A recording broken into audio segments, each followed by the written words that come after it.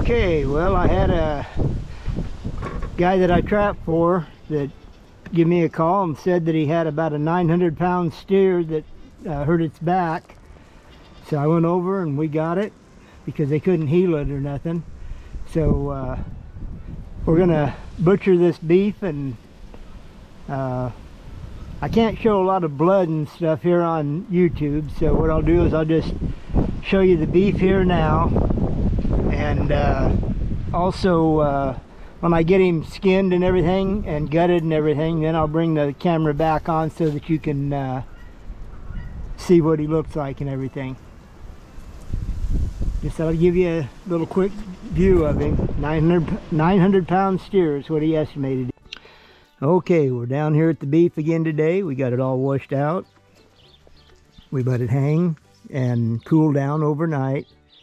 And I'm going to start skinning it and breaking it down now. This is Thanksgiving Day 2021. And I'm going to maybe have to stop periodically to go up and help my wife get ready with Thanksgiving dinner. But we will get going on this beef now. Now let's see what we can do here.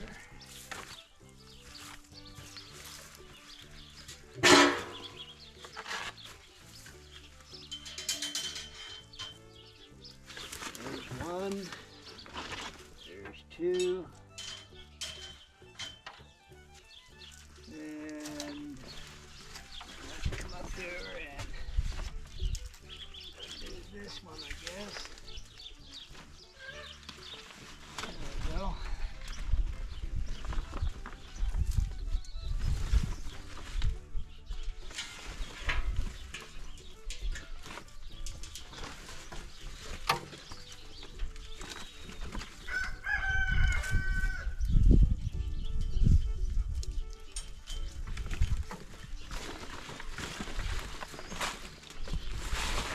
This back over here like this. I'll give us some shade here this afternoon. Get back, dog. You know better than that, boy.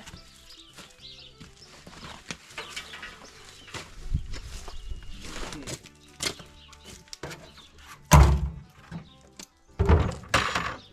And get a skinning knife out here. It's actually a boning knife, but we'll use it for a skinner.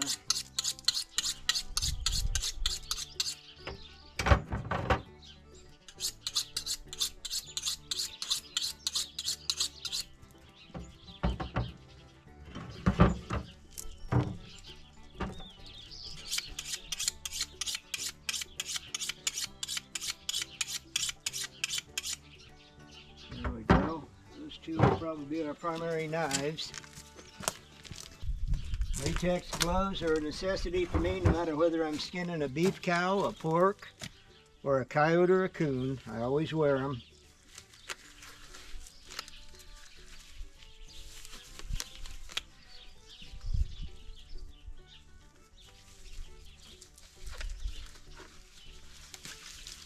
Alright, there we go.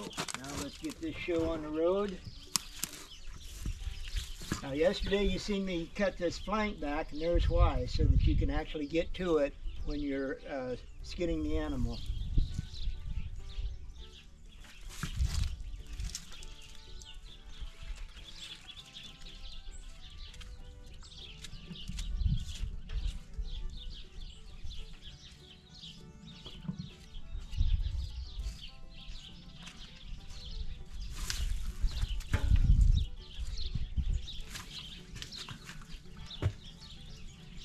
Since I'm not 7 feet tall, I got stuff to stand on.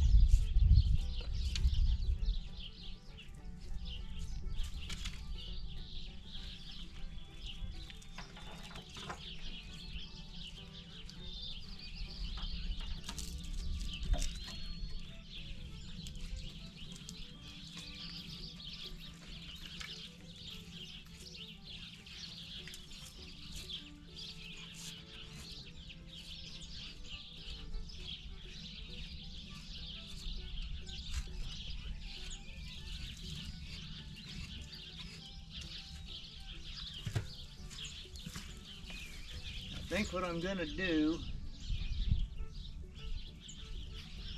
I'll skin him down here. I'll take off the hide here. I'll take the front legs off first, and then I'll start taking the tenderloin and the loins off of it, and the back legs will be the last thing to come off, so I'll not skin them out until I'm ready to take those cuts of meat. I've done a few of these critters over the years, so I ain't saying I get it perfect, and I ain't saying I'm doing it right. I'm just doing it Tom's way. And if you're trying to butcher a beef or a young calf like this, is a 900-pound steer here, and if you're trying to butcher one of these up yourself, just take your time and you'll do fine. Some guys have tractors to lift them. I got a 3-ton hoist there, and if that one breaks, I got a brand new one sitting in a box up in the garage just in case. Found it on sale one time, so I went ahead and bought it.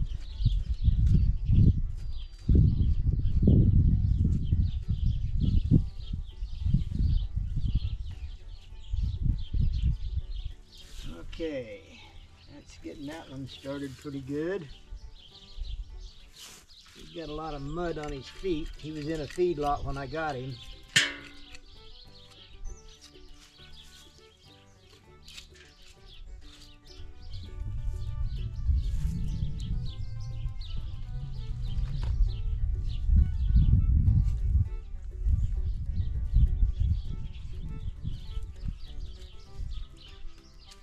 The only reason I'm going so far down on the bone there is because I do boil some of these bones up for the dog to chew on.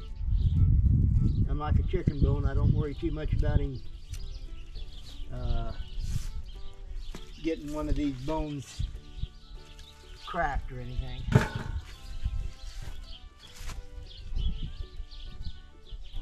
Okay, now we'll come down here on the throat area, start getting that off.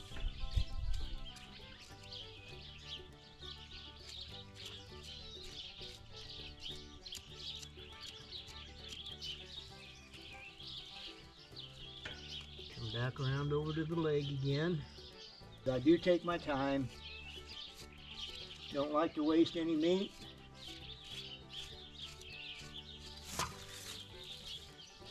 So any meat that is questionable, I feed to the dog.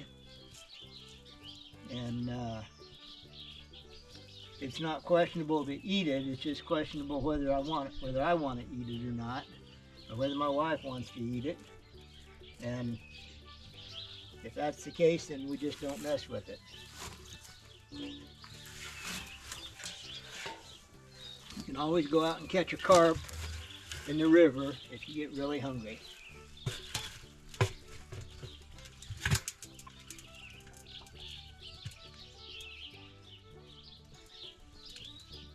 Okay, I'm going to leave that covered up there on those back legs, I think. We'll just keep coming down here and get this front done and get the head off, and that way we can get the beef up a little higher.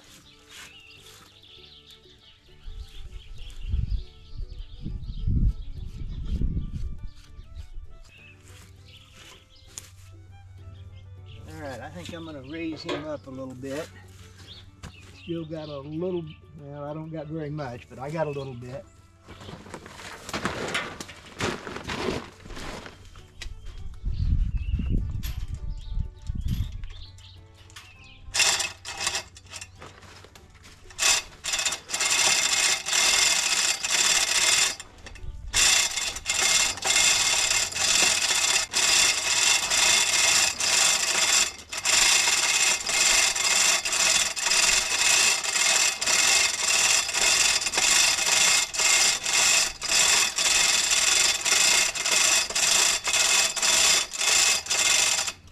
Okay, that's about as much chain as I better pull up in there. I'll get myself stuck and then I'll be in trouble again.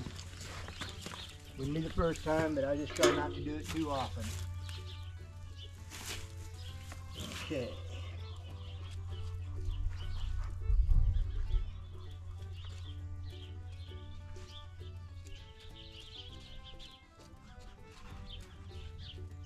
We do Thanksgiving dinner in the evening at our place out here. Our daughter lives in Arizona, and one sister's passed away.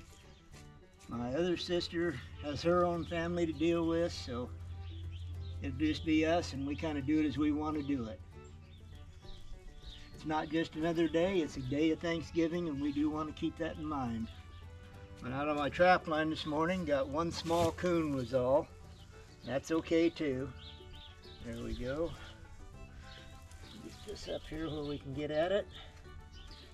Come down along the inside of this front leg.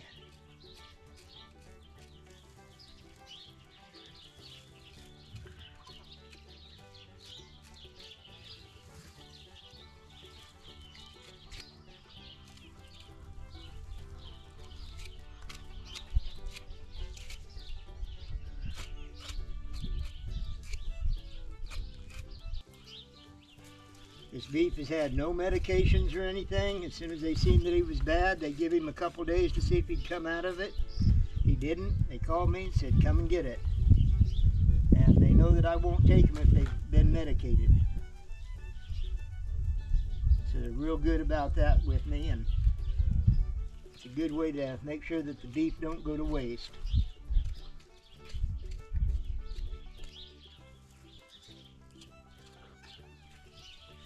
Alright, this is coming along pretty good. For as old as I am and as slow as I am, I'll settle for this. Got a friend that does some tanning work.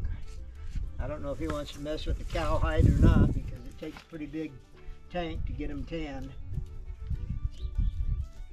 But I'll give him a holler when I go up for coffee here and see what he says. If he's interested in it, I'll save it for him. If not, I'll just cut it off as I get to the parts that I want to take off and call it good. And I already thanked the farmer cattle rancher that provided this beef to us for the year here. And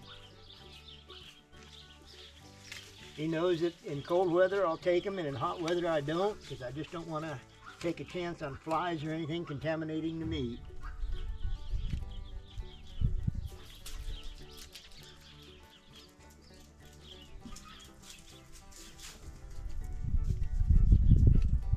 That's through and done. All we gotta do is finish skinning it, and we'll be good there on the front leg. We'll take the front leg off right along like that. It's just a loose, I'm not gonna say it's a loose bone, but it's not as hard as the back legs are, because they're hooked right to that heavy bones. But they're heavier chunks of meat too. I'm gonna have to go up and get my Sawzall so that I can cut these big bones in here too. Had a friend give me a Sawzall, but it sparked out the other day on me. Now, I got it apart, I just haven't got it back together yet. And I got another one that I finally got running, so we'll bring it down and we'll just cut these bones right here like this on both sides here. And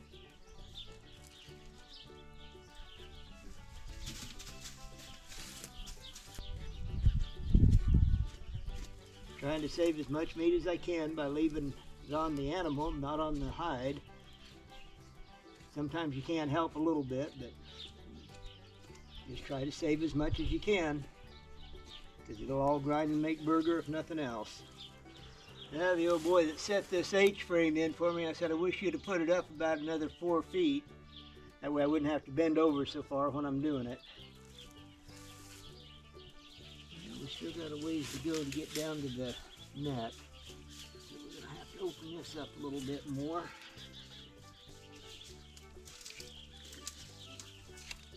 That'll dull the knife quick, cutting that cattle hair. Yeah. Okay, I think what I'm going to do, I'm going to touch this up just a little bit. Finish skinning out this other leg a little more. Get these feet out of my way. And I'll be getting down to the head here pretty quick, and I'll need to take it off. And most of this rib meat and stuff, I don't care if I cut the meat a little bit. I just cut the meat off of the bone anyhow here. I don't bother saving ribs or anything anymore. The wife likes them, but if she wants some, I'll save a package for her. But that's about it. Okay, there's that. I'm gonna call that good for a minute. This is Tom out.